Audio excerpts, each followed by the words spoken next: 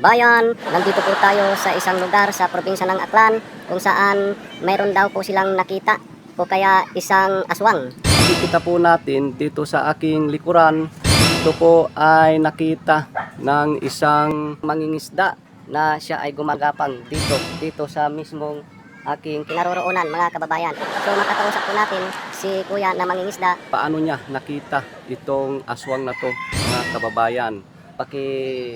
Kwento lang po, kuya. Ayun nga adlaw kuya Ray. Tagalog lang kuya Ray, no? Ako po ay lumabas upang umihi dito po sa gilid ng kubo-kubo na ito.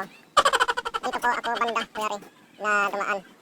Pagkakita ko, mayroon akong nakita dito na kakaiba. Madilim, pag flashlight ko ay meron akong nakita na parang nakahiga ba.